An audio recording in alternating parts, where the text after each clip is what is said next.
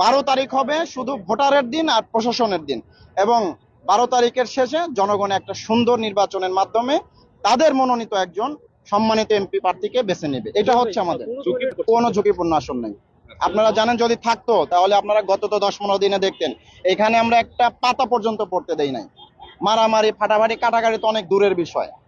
এই মোহাম্মদপুরে আমরা এমন একটা পরিবেশ সৃষ্টি করেছি, এইখানে যারা দুষ্কৃতিকারী বা বিশৃঙ্খলা সৃষ্টিকারী তাদের মধ্যে এখন আতঙ্ক কাজ করতেছে। এবং আমরা কিন্তু আপনারা জানেন গভীর রাতে দিনে দুপুরে কিন্তু বিভিন্ন জায়গায় রেড দিচ্ছি এবং সন্ত্রাসীদের ধরতেছি, এবং ইতিমধ্যে তারা এলাকা ছাড়াও হয়ে গেছে। এবং আপনি জানেন যে ইতিমধ্যে এখানে আপনাদের সাংবাদিক ভাইরাও কিন্তু এখন পর্যন্ত কোনো প্রশ্ন তুলতে পারেন নাই নিরাপত্তা নিয়ে বা ভোটের মাঠের পরিবেশ নিয়ে। তো এটা আমাদের জন্য একটা প্লাস পয়েন্ট আমরা মনে করতেছি। আমাদের কাছে যে গোয়েন্দা তথ্য আছে সেটা আমরা ইতিমধ্যে ওটা প্রয়োগ করে এরকম দুষ্কৃতিকারীদের আমরা সাইজ করে ফেলছি। এখন শুধু আছে আমাদের একটা সুন্দর নির্বাচন উপহার দেওয়ার পরিবেশ। আপনি দেখবেন কোনো গোয়েন্দা তথ্য আপনাকে কেউ বলবে না যে কোনো রকমের আশঙ্কা আছে।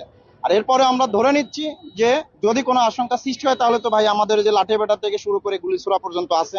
আবারও আমরা সাধারণ জনগণকে অনুরোধ করতেছি যে আপনারা আসেন, দেখেন আপনাদের আমরা কি পরিমাণ নিরাপদ পরিবেশ, একটা সন্তান যেমন তার মায়ের কাছে নিরাপদ থাকে এরকম একটা নিরাপদ পরিবেশ আমরা তৈরি করে রাখছি আগামী 12 তারিখে।